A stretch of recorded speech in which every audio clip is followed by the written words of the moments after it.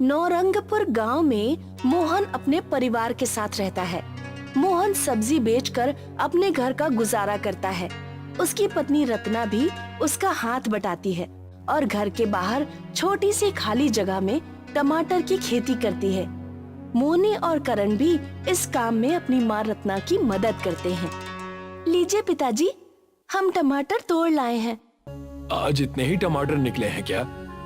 हाँ पिताजी, बाकी टमाटर बहुत कच्चे थे, इसलिए हमने वो नहीं तोड़े। ये अच्छा किया।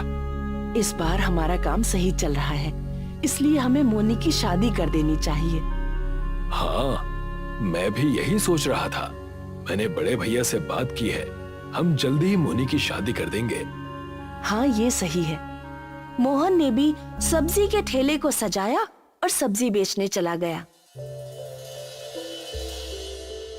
शाम को मोहन बहुत खुशी खुशी घर आया।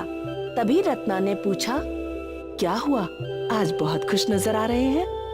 अरे हाँ, बहुत खुशी की बात है। बताइए ना, क्या हुआ? 10 रुपए किलो बिकने वाला टमाटर आज 100 रुपए किलो बिका है। क्या? सच में? हाँ, आज मैंने सारे टमाटर 10 गुना दामों में बेचे हैं। अब हम जल्दी ही अमीर हो जाएंगे। ये बहुत खुशी की बात है। हाँ, अब हमारा सारा काम सही चलेगा और हम मोनी की शादी भी अच्छे से कर देंगे। वो और उसका सारा परिवार खुश था, लेकिन ये खुशी 2-3 दिन की ही थी। एक शाम गांव का जमींदार धनराज आया। अरे मोहन, मोहन, अरे कहाँ हो? बाहर आओ तनिक। जी आया। सरपंच साहब, सुना है आजकल बहुत अमीर हो गए हो। क्या सरपंच साहब, आप भी कैसी बातें कर रहे हैं? टमाटर से कोई कैसे अमीर हो सकता है? क्यों भाई, तुम्हारे पास इतने सारे टमाटर हैं, फिर भी तुम खुद को अमीर नहीं मान रहे हो? ये महंगाई तो कुछ ही दिन की है और ये टमाटर के पेड़ भी ज्यादा नहीं है। अच्छा ठीक है, हमारी बात मानो और आधे टमाटर हमें दे दो। आप इतने बड़े आदमी हैं, फिर गरीब के पेट पर लात क्यों मार रहे हैं? ज्यादा मत बोलो, वरना हमसे बुरा कोई नहीं होगा। आप हमें मामूली से टमाटर के लिए धमकी दे रहे हैं। ये कोई मामूली टमाटर नहीं है, इसका खामियाजा तुम्हें भुगतना पड़ेगा। इतना कहकर सरपंच धनराज वहाँ से चला गया। 2-3 दिन ऐसे ही बीत गए। जाओ बच्चों, खेत से टमाटर तोड़ लाओ, मैं भी सब्जी का ठेला तैयार करता हूँ। लेकिन जब उन्होंने जाकर देखा तो दोनों के होश उड़ गए, क्योंकि खेत में टमाटर ही नहीं थे और सभी पेड़ गायब थे। दोनों घर आए और अपने पापा से कहा, पापा, पापा, जल्दी आइए। क्या हुआ? तुम दोनों इतने घबरा क्यों रहे हो? पापा, खेत में एक भी टमाटर नहीं है। क्या? ये कैसे हो सकता है? वहाँ जाकर देखा तो पूरा खेत उजड़ा हुआ था। ये सब उस सरपंच का किया हुआ है। उसी ने चिढ़कर हमारे छोटे से खेत को उजाड़ दिया। हम इससे अपने परिवार का पेट पाल रहे थे, लेकिन उसको यह बिल्कुल भी बर्दाश्त नहीं हुआ। अगर मैंने उस दिन सरपंच की बात मान ली होती तो आज मुझे ये दिन नहीं देखना पड़ता। हाँ, अगर आधे पौधे के टमाटर उसे दे देते तो आज हमें पूरे खेत से हाथ नहीं धोना पड़ता। अब क्या करें, हम तो बर्बाद हो गए। मोनी की शादी के दिन भी करीब आने वाले हैं। हम इसकी शादी कहाँ से और कैसे करेंगे? अब रोने से कोई फायदा नहीं है, जो होना था वो हो गया। हाँ पापा, इसलिए अब हमें आगे का सोचना चाहिए। पापा, आप ही तो कहते हैं ना कि कोई हमारे हाथ का छीन सकता है, लेकिन हमारी किस्मत का नहीं छीन सकता। पूरा परिवार घर आ गया। सरपंच अपने घर बहुत खुश खुश घूम रहा था। तभी उसकी पत्नी ने आकर पूछा, क्या हुआ जी? आज सुबह सुबह पक्षियों की जगह तुम चहक रहे हो? आज बात ही कुछ ऐसी है।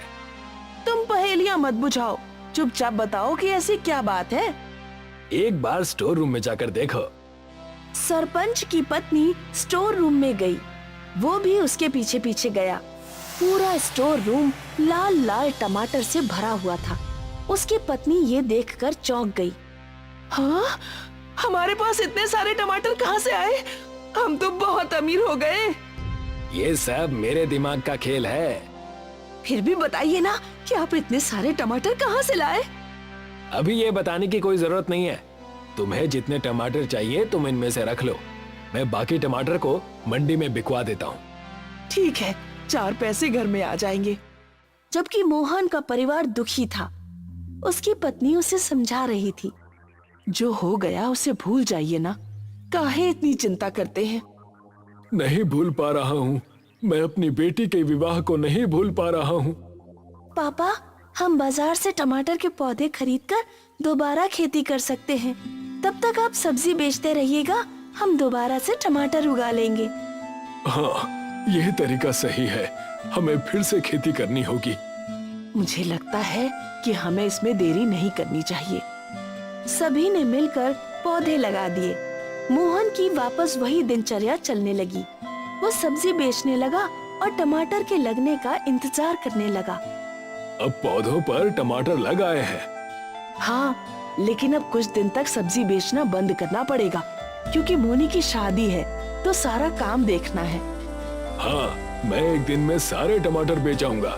फिर धूमधाम से शादी करेंगे और कुछ टमाटर घर के लिए भी बचा लेंगे। लेकिन किस्मत में क्या लिखा है कौन जानता था। रात को बहुत तेज आंधी और तूफान आया, जिसमें टमाटर की खेती को काफी नुकसान पहुंच गया, जिसने सारी फसल को खराब कर दिया और पके हुए टमाटर भी खराब हो गए। जब सुबह को रत्ना ने उठकर देखा और मोहन को आवाज लगाई, अजी सुनते हैं, जल्दी आइए। अब क्या हुआ? सुबह सुबह क्यों चिल्ला रहे हो? देखिए, हमारी सारी फसल खराब हो गई, हम बर्बाद हो गए। हे ईश्वर, ये अनर्थ क्यों कर दिया? बार बार गरीबों को क्यों परेशान कर रहे हो? अब क्या होगा? क्या करेंगे हम? पापा, अब हम क्या करेंगे?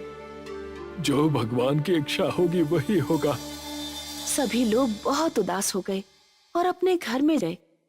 तुम उदास मत हो, सब ठीक हो जाएगा। कुछ ठीक नहीं होगा। 2 दिन में मोनी का विवाह है। कुछ टमाटर से उम्मीद थी, लेकिन अब हमारे पास पैसे कम पड़ जाएंगे। हाँ, मुझे यही चिंता है कि अब क्या होगा। तभी दरवाजे पर सरपंच की पत्नी मेनका आई और उसने कहा, मोनी मेरी भी बेटी है, इसलिए अब चिंता करने की जरूरत नहीं है, क्योंकि मैं आ गई हूँ। आप हम गरीबों के घर, आपसे अमीर कोई भी नहीं है। आप बहुत अमीर हैं। मैं आपके सामने बहुत छोटी हूँ, क्योंकि मेरे पति ने आपके साथ जो भी किया उसने मुझे बहुत छोटा कर दिया। सरपंच जी ने क्या किया? उन्होंने तुम्हारे खेत में टमाटर की चोरी की। हमारा शक सही था। हाँ, मैं ये नहीं जानती थी, मुझे आज ही पता चला। वैसे लालच का अंत बुरा ही होता है, इसलिए मुझे खुद आना पड़ गया। क्या हुआ? सब ठीक है ना? जितने भी टमाटर चोरी किए थे सब गल गए। मैं तुम्हारे नुकसान की भरपाई करने आई हूँ, लेकिन इसमें आपका कोई दोष नहीं है, तो ये दंड हम आपके ऊपर नहीं डाल सकते हैं। ये कुछ पैसे रख लीजिए। मोनी मेरी भी बेटी है और इसकी शादी धूमधाम से कीजिए। मोहन और रत्ना के मना करने के बाद भी मेनका ने नुकसान के पैसे दे दिए और माफी मांगकर घर चली गई। एक ये है कि इतनी अच्छी है और एक इनका पति है कि दुष्ट है।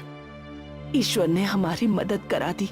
अब हम मोनी का विवाह अच्छे से कर सकते हैं। सभी लोग बहुत खुश हुए। आज और सब्जी बेच आता हूँ, फिर तो कल नहीं जाऊंगा। हाँ, कल शादी है, कल कैसे जाओगे?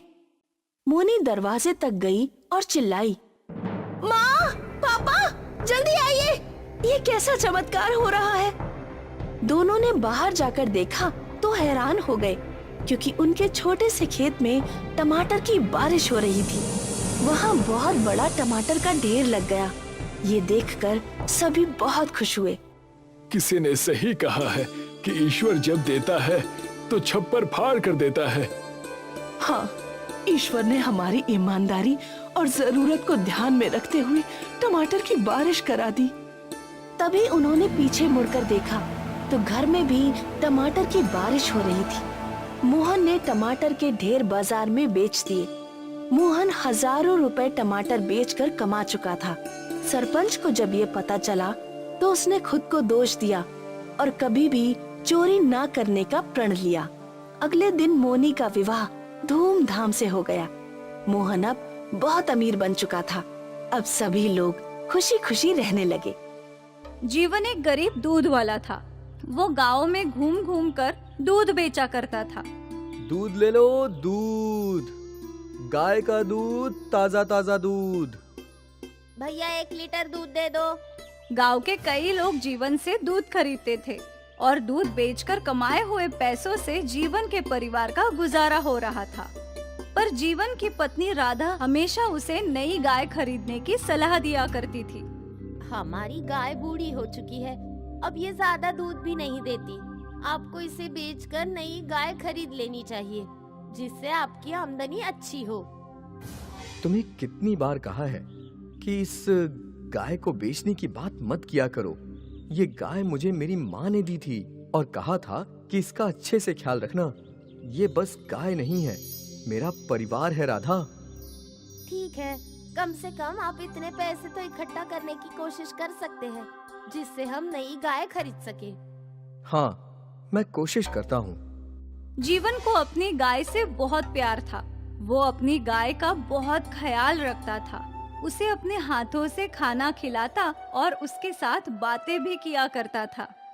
अरे गौ माता, आपके साथ एक और गाय आएगी। आप उसे भी अपनी सहेली बना लेना। पक्का नहीं बता सकता कि कब आएगी, पर मैं पैसे बटोर रहा हूँ। उम्मीद है कि जल्द ही आ जाएगी। आप ऐसे ही अपनी कृपा मुझ पर बनाए रखना। अब से जीवन अगल बगल के गांव में भी दूध बेचने जाया करता था और सारा दूध बेचकर ही आया करता था। जो भी पैसे ज्यादा मिलते उन्हें एक गुल्लक में जमा किया करता था। जल्दी हमारी नई गाय आने वाली है। हाँ, आ जाएगी। महीने बीते और जीवन अब भी दूध बेचकर पैसे कमाता था। एकाएक जीवन की गाय की तबीयत खराब हो गई। इन्हें क्या हुआ?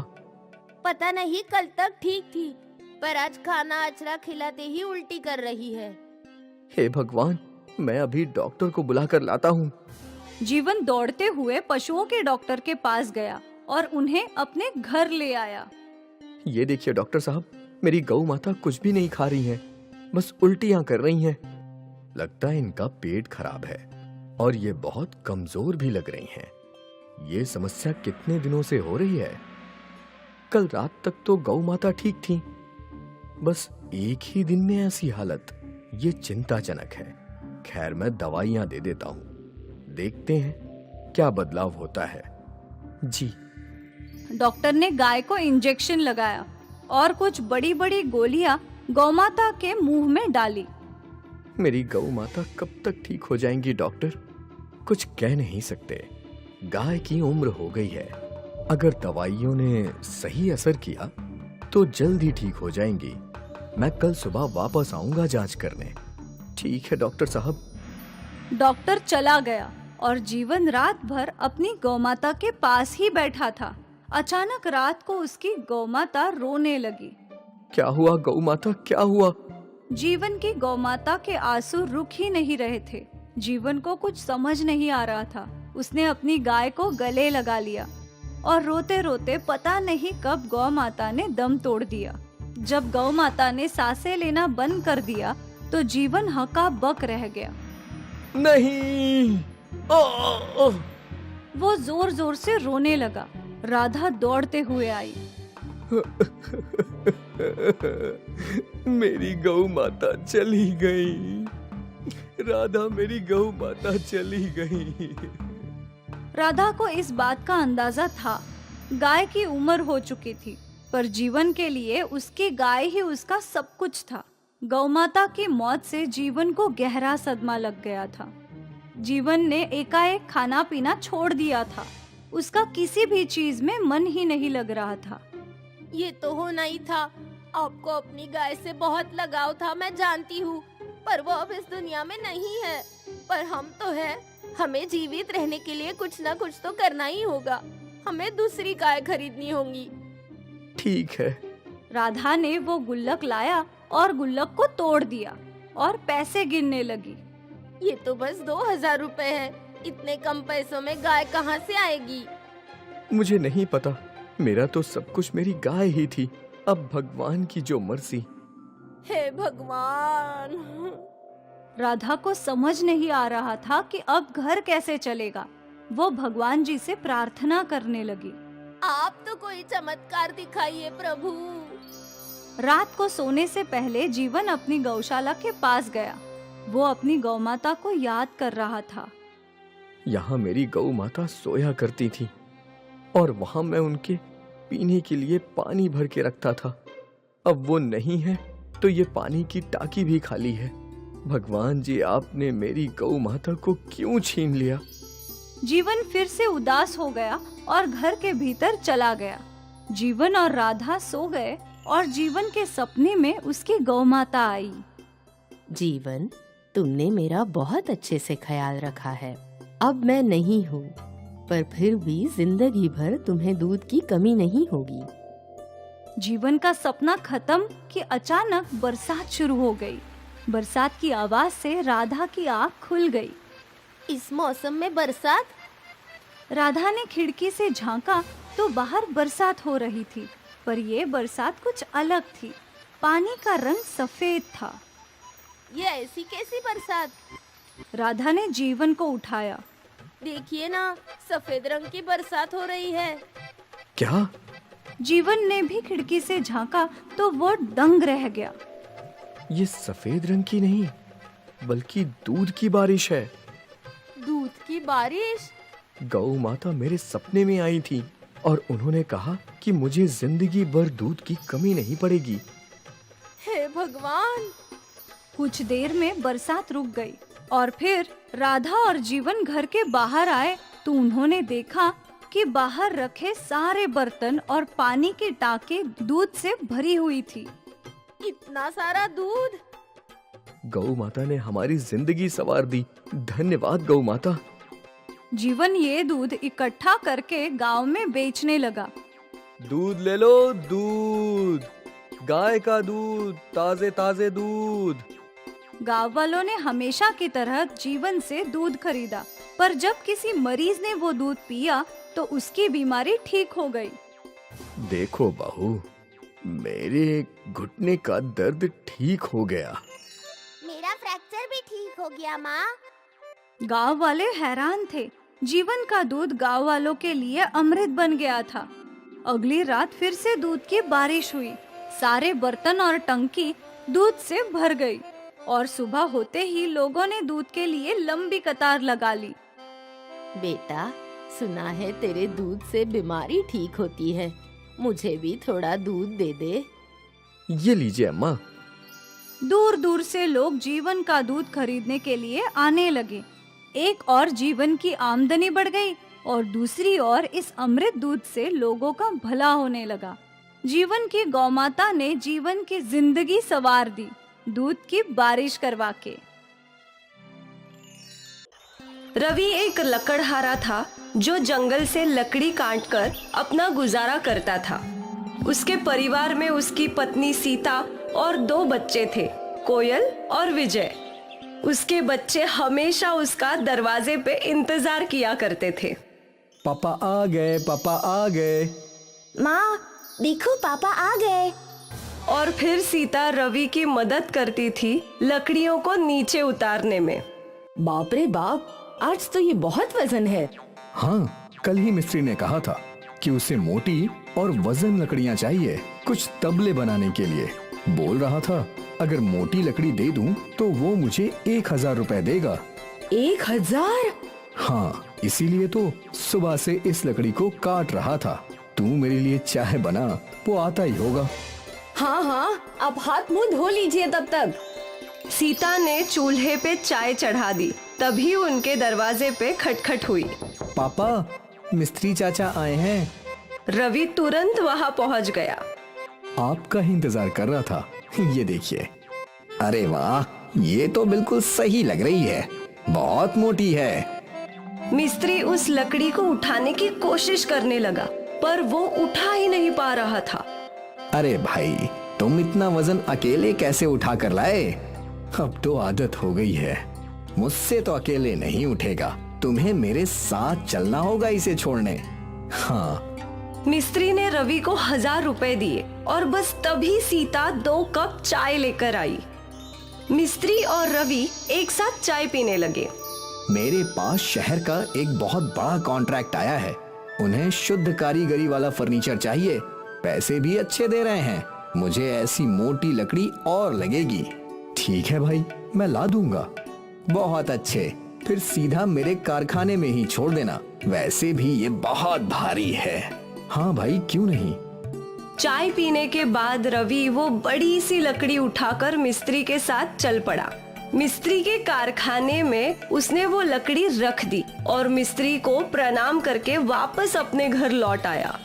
घर लौटते ही उसकी पत्नी ने खुशी खुशी बोला, ये तो बहुत अच्छा हुआ ना। हाँ, ये सब भगवान की कृपा है। रवि ने वो पैसे सीता को दे दिए। इससे बच्चों की स्कूल फीस भर देना। इन दोनों की फीस 800 रुपए है। बचे हुए पैसों से घर का थोड़ा राशन भी ले आऊंगी। ठीक है। अगले ही दिन सीता ने स्कूल फीस भर दी और थोड़ा सामान भी खरीद लिया। हे भगवान, अपनी कृपा हम पर ऐसे ही बनाए रखना। अगर ऐसे ही चलता रहा तो सब कुछ ठीक हो जाएगा। हमें कभी भी पैसों का सोचना नहीं पड़ेगा। माँ, हम लोग अमीर बन जाएंगे ना? तुम लोग बस अपनी पढ़ाई पे ध्यान दो। पैसों का तुम लोगों को सोचने की जरूरत नहीं है। भगवान जी है, वो देख लेंगे। यहाँ जंगल में रवि भी बहुत खुशी खुशी मोटा पेड़ काट रहा था। इस बड़े से पेड़ के 3 बड़े टुकड़े काटूंगा। कम से कम 3000 तो मिल ही जाएंगे। पैसों का सोच सोच के रवि खुश था। उसने एक बड़ा टुकड़ा काट लिया और फिर इसे अपने कंधे पे लाद के वो गांव की ओर चल पड़ा। रवि ने मिस्त्री के कारखाने में वो बड़ा टुकड़ा रख दिया और मिस्त्री ने उसे 1000 रुपए दे दिए। पैसे पाकर रवि बहुत खुश था। कुछ दिनों तक ये सिलसिला चलता रहा। रवि बड़े बड़े पेड़ काटकर मिस्त्री को बेचा करता था। फिर एक दिन रवि एक बहुत ही बड़ा पेड़ काटने लगा। पेड़ कटने ही वाला था, पर फिर इस बार उससे एक गलती हुई। वो पेड़ सीधा उस पर ही गिरा। रवि की चीख सुन दूसरे लकड़हारे दौड़कर उसके पास आए। उन्होंने वो पेड़ हटाया और रवि को तुरंत अस्पताल ले गए। यहाँ डॉक्टर ने रवि का इलाज शुरू किया। सीता और उसके बच्चे भी अस्पताल आ गए। पापा ठीक तो हो जाएंगे ना माँ? हाँ हाँ, भगवान है ना, उन पर भरोसा रख। डॉक्टरों ने काफी समय तक रवि का इलाज किया। फिर वो सीता के पास आए। पेड़ के गिरने से इनकी 2 पसलियां टूट गई हैं। हे राम, इनका ऑपरेशन करना होगा। उसमें 20 लाख रुपए लगेंगे। इतने सारे पैसे मैं कहाँ से लाऊंगी? मेरे पति ही हमारे घर का करता धरता थे। फिर आप कुछ दिनों में इन्हें घर ले जाइए, और कोई रास्ता नहीं है। पूरा परिवार आंसुओं में डूबा था। रवि कभी भी अपने पैरों पे खड़ा नहीं हो सकता था। कुछ दिनों बाद रवि को घर लाया गया। अब क्या होगा? घर कैसे चलेगा? बच्चों की स्कूल फीस कहाँ से आएगी? आप चिंता मत कीजिए, कुछ ना कुछ होगा। जिसका कोई नहीं होता है, उसका सहारा भगवान होता है। फिलहाल मेरे पास 5000 रुपए बचे हैं। अब कम से कम और सस्ते से सस्ता सामान खरीदना होगा। कोयल और विजय, तुम दोनों पिताजी के पास रहो, मैं सब्जियां लेकर आती हूँ। ठीक है माँ। सीता बाजार के लिए निकल गई। बाजार में वो सब्जियों का दाम पूछने लगी। आलू कैसा है भाई? 30 रुपए किलो। बाप रे, इतना महंगा? अभी सब जगह यही दाम है, लेना हो तो लो। सीता हर सब्जी वाले से दाम पूछने लगी। फिर अचानक बाजार के कोने में जादू से एक बैंगन की दुकान प्रकट हुई। अरे बेटी, बैंगन ले लो, मेरे अपने खेत के हैं। क्या दाम है माँ जी? 10 रुपए किलो। सस्ता दाम सुनकर सीता ने तुरंत 1 किलो बैंगन खरीद लिए और फिर वो अपने घर की ओर चल पड़ी और वो जादू से प्रकट हुई बैंगन की दुकान गायब हो गई। जब सीता घर पहुंची, माँ, तुम क्या लाई हो? बैंगन लाई हूँ, तुम लोगों को बैंगन का भरता खिलाऊंगी। काश बैगन के भरते के साथ पराठे भी मिल जाते। जो है उसी में। हे राम। सीता विजय को डांटने ही वाली थी कि उससे पहले उन सबके सामने बैंगन का भरता और पराठे आ गए। ये कहाँ से आ गए? क्या पता माँ, अब तक तो ये यहाँ नहीं थे। पर कैसे? रुको माँ, काश मेरे पास ढेर सारे खिलौने होते। और बोलते ही बोलते उनके पास खिलौने आ गए। बाप रे, मैं तो तभी मानूंगी जब मेरे पति ठीक हो जाएंगे। और तुरंत रवि ठीक हो गया। वो उठकर खड़ा हो गया। सीता अपने आंसू रोक नहीं पाई। धन्यवाद, धन्यवाद जादुई बैंगन। सीता और बच्चों ने रवि को गले लगाया।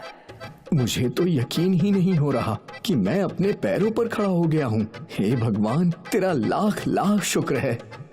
रवि और सीता की सारी परेशानियों का समाधान हो चुका था। पूरा परिवार खुश।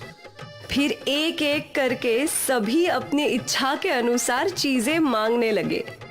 हे जादुई बैगन, मुझे इतने पैसे दे जिससे ना सिर्फ मैं परिवार का गुजर बसर कर सकूं, बल्कि गरीबों की मदद भी कर पाऊं। रवि के सामने ढेर से पैसे और सोने के सिक्के आ गए। हे जादुई बैंगन, मुझे बहुत बड़ा घर चाहिए और उसके बाहर 2 गौ माता भी चाहिए। और देखते ही देखते सीता और रवि का घर एक आलीशान हवेली में बदल गया। माँ, गौ माता की आवाज आ रही है। जब सब लोग बाहर आए तो उनके आंगन में 2 गायें थी। सीता बहुत खुश थी। वो लोग वापस अंदर गए। और क्या मंगवा सकते हैं हम? हमारी जरूरत की हर चीज हमें मिल चुकी है बच्चों। अगर हम और मांगते रहे तो हमारा लालच ही बढ़ता जाएगा। और लालच का कोई अंत नहीं होता बच्चों। सीता ने वो जादुई बैंगन अलमारी में रख दिए। और उस दिन से रवि और उसके परिवार ने गरीबों की मदद करना शुरू कर दिया। अब से वो बस गरीबों के लिए ही धन मांगते थे। उनका जादुई बैंगन एक जरिया बन गया जिससे भगवान जी गरीब बच्चों की मदद करने लगे। और वो जादुई बैंगन रवि और सीता को ही मिला क्योंकि वो निस्वार्थ भाव से दूसरों की सेवा का उद्देश्य रखते थे। केशव और गंगा की शादी को 6 साल हो चुके थे, लेकिन अब भी उन दोनों की बिल्कुल नहीं बनती थी। और इसका कारण था केशव का शराब पीना। केशव रोज शराब के नशे में धुत लड़खड़ाते हुए घर आता था। अरे गंगा, चल खाना लगा। कितनी बार बोला है आपको कि शराब पीकर घर मत आया कीजिए। अरे ये मेरा घर है, तू कौन होती है मुझे घर में ऐसे रोकने वाली? मैं आपकी पत्नी हूँ और ये आपका बेटा सौरभ। और सौरभ को आपसे बहुत डर लगता है। कम से कम इसके लिए तो शराब पीना छोड़ दीजिए। ये मेरा बेटा है, मुझसे थोड़ी ना डरेगा। तू कुछ भी बोलती है अनाप शनाप। सौरभ, अरे सौरभ। सौरभ अपने पिता से डरकर अंदर के कमरे में भाग जाता है। तूने मेरे बेटे को डरपोक बना दिया है। और नशे की हालत में केशव गंगा को पीटता रहा। ये सब रोज का था। केशव रोज शराब पीकर आता और नशे में अपनी पत्नी को मारा करता था। केशव का बेटा सौरभ उससे बहुत डरता था और वो अक्सर किसी कोने में छुप जाया करता था। एक दिन की बात है, गंगा ने ठान लिया था कि आज वो केशव के इस रोज रोज के शराब की समस्या से मुक्ति पाकर ही रहेगी। इसलिए गंगा ने अपने पिता मधुकर राव को घर बुलाया था। पिताजी, अब ये रोज का हो गया है। ये खूब शराब पीकर आते हैं और मुझे मारते पीटते हैं। अब तो सौरभ अपने पिता से डरने लगा है। तू चिंता मत कर, मैं दामाद जी से बात करूंगा। बाप बेटी केशव के घर लौटने का इंतजार करने लगे। कुछ देर बाद केशव आया, पर वो नशे में धुत था। अरे गंगा, अरे ससुर जी, आप कब आए? गंगा, अपने पिता की अच्छे से ख्याल रखो, उन्हें अच्छा अच्छा खिलाओ पिलाओ। मैं खाना पीना खाने नहीं बल्कि आपसे बात करने आया हूँ दामाद जी। मुझसे बात करने? किस बारे में? आपकी इस रोज रोज की शराब की आदत के बारे में। दामाद जी, आप समझदार हैं, आप जानते ही होंगे कि इस शराब की आदत की वजह से आपका पारिवारिक जीवन खराब होता जा रहा है। आपका तो बेटा भी आपसे डरने लगा है। बस ससुर जी, ये मेरा अपना मामला है, आपको इसमें बोलने की कोई जरूरत नहीं है। मैं अपनी बेटी और नवासे की भलाई के लिए बोल ही सकता हूँ। वो आपकी बेटी थी, अब मेरी पत्नी है। मैं उसे जैसे रखूं उसे रहना पड़ेगा, चाहे मैं उसे मारूं, पीटूं या कुछ भी करूं। नहीं दामाद जी, आप ये गलत बोल रहे हैं। वो मेरी बेटी अब भी है, मैं उसे आपके साथ मार खाने के लिए नहीं छोड़ सकता। तो ले जाओ अपनी बेटी को अपने साथ, मैं भी देखता हूँ कितने दिन पालोगे। चल बेटी, अब इस आदमी से बात करना ही बेकार है। पर सौरभ, मम्मी मैं आपके साथ ही रहूंगा। हाँ, तू भी चला जा अपनी माँ का पल्लू थाम के। चलो गंगा, अब यहाँ रहने का कोई फायदा नहीं है। ठीक है। गंगा और सौरभ मधुकर के साथ चले गए। मधुकर राव गांव में रहते थे। उनका आम का बगीचा था। नाना, इतने सारे आम, ये सब तो मैं खाऊंगा। हाँ हाँ, खा लेना, ये सब मैंने तेरे लिए ही तो उगाया है मेरे लाडले। सौरभ नाना के घर पहुंचकर बहुत खुश था, पर गंगा परेशान थी। वो खर्चे का सोच रही थी। पिताजी, मैं यहाँ आ तो गई, पर मेरी वजह से आपका खर्च बढ़ जाएगा। इन आमों को बेचकर जैसे तैसे आपका गुजारा हो रहा था, अब हम दोनों का भी बोझ आप पर आ गया। अब सब कैसे होगा? इतना मत सोच गंगा, वो ऊपर वाला है ना, वो कोई ना कोई रास्ता निकालेगा ही। मैं खुश हूँ कि तुझे उस शराबी पति के साथ रहना नहीं पड़ रहा है। भगवान सब ठीक कर देगा।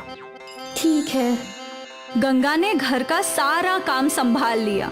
अब मधुकर राव सारा समय अपने आम के बगीचे में रहते थे, अपने नवासे के साथ बातें करते। नाना जी, वो पेड़ आपने कब लगाया था? वो पेड़ शायद जब तेरी माँ तेरी उम्र की होगी तब। बाप रे, और वो सबसे बड़ा वाला? वो मैंने नहीं लगाया बेटा, वो तो मेरे पिताजी ने लगाया था, मेरे भी जन्म के पहले। मतलब वो आपसे भी बड़ा है? हाँ। तभी गंगा सबके लिए चाय और नाश्ता लेकर आई। अब बस हुआ आप दोनों का, थोड़ा नाश्ता कर लीजिए। अरे गंगा, काफी दिन हो गए तेरे हाथ की वो स्वादिष्ट चटनी खाए हुए। देख, आम भी कच्चे हैं, वो चटनी मिल जाती तो मजा आ जाता। ठीक है पिताजी, आज बनाती हूँ, शाम में ले आऊंगी। अरे वाह। मधुकर और सौरभ चाय के साथ नाश्ता करने लगे। गंगा रसोई लौटी और वो मसालों से चटनी बनाने लगी। कुछ ही देर में उसकी चटनी तैयार हो गई। अब ये तैयार है। गंगा चटनी लेकर बगीचे में लौटी तो वहाँ मधुकर के दो दोस्त भी थे। पिताजी, चटनी बन गई है। अरे वाह, इन दोनों को भी खिलाओ। ठीक है पिताजी। गंगा ने 2 कच्चे आम काटे और उन्हें चटनी लगा दी और सबको परोसा। कच्चे आम का स्वाद लेते ही अरे वाह, ये तो बहुत अच्छी है, चटाकेदार। मैंने कहा था ना, मेरी गंगा बहुत अच्छी कच्चे आम की चटनी बनाती है। हाँ भाई, अगर ये कच्चे आम की चटनी बनाना शुरू कर दे तो हाथों हाथ सब खत्म हो जाएगी, लोग दीवाने हो जाएंगे। हाँ हाँ बिल्कुल। ये बात सुनकर गंगा सोचने लगी। वैसे भी मैं खर्चे का सोच ही रही थी। अगर कच्चे आम बेचकर मुझे पैसे मिले तो हमारी सारी समस्याएं दूर हो जाएंगी। क्या हुआ गंगा? पिताजी, मैं सोच रही हूँ कि जैसे काका ने कहा, कच्चे आम का व्यापार ही खोल लूं। कम से कम कुछ तो कमाई होगी। वैसे आइडिया बुरा नहीं है, मैं भी तेरा साथ दूंगा। और अगले ही दिन से गंगा ने मार्केट में कच्चे आम का ठेला लगाया। उसके ठेले पर कच्चे आम देखकर, ये कच्चा आम कितने का है? 15 रुपए प्लेट। मुझे 1 प्लेट देना। गंगा ने उस औरत को 1 प्लेट कच्चे आम दिए और 15 रुपए ले लिए। वाह, इतना स्वादिष्ट कच्चा आम मैंने पहले कभी नहीं खाया। इसके बाद कई और ग्राहकों ने गंगा के कच्चे आम की तारीफ की। पहले ही दिन गंगा के कच्चे आम मशहूर होने लगे थे। शाम तक सारे आम खत्म हो चुके थे। गंगा ने ठेला बंद किया और अपनी पहली कमाई देखकर वो बहुत खुश थी। वो खुशी खुशी घर लौटी। कैसा था आज का दिन? बहुत अच्छा पिताजी, लोगों को मेरे कच्चे आम बहुत पसंद आए। कितने सारे लोगों ने मेरी तारीफ की। और तो और ये देखिए आज की कमाई। अरे वाह, मुझे यकीन था तू कर ही लेगी। आज के सारे आम खत्म हो गए पिताजी। मैंने और कच्चे आम तोड़ के रखे हैं, पर अगर ऐसे ही चलता रहा तो हमें कच्चे आम बाहर से खरीदने होंगे। भगवान करे तेरा नया व्यापार खूब फले। धन्यवाद पिताजी। मेरा सौरभ कहाँ है? वो खेल कूद करके थक गया था। मैंने उसे खाना खिलाया और फिर वो सो गया। पिताजी, आप हमारा साथ नहीं देते तो हमारा क्या होता? मेरी गुड़िया, मैं अपनी बेटी का कैसे साथ नहीं दूंगा? तू तो मेरी गुड़िया है, मेरी परी, और तू कभी भी मुझ पर बोझ नहीं बनेगी। गंगा ने अपने पिताजी को गले लगाया और शुरू हो गया आत्मनिर्भरता का अभियान। गंगा रोज कच्चे आम बेचती और उसके पिताजी उसकी मदद करते, सौरभ को संभालते। अब गंगा को अपने शराबी पति की कोई जरूरत नहीं थी। सही कहा था मधुकर राव ने, बेटियां बोझ नहीं होती,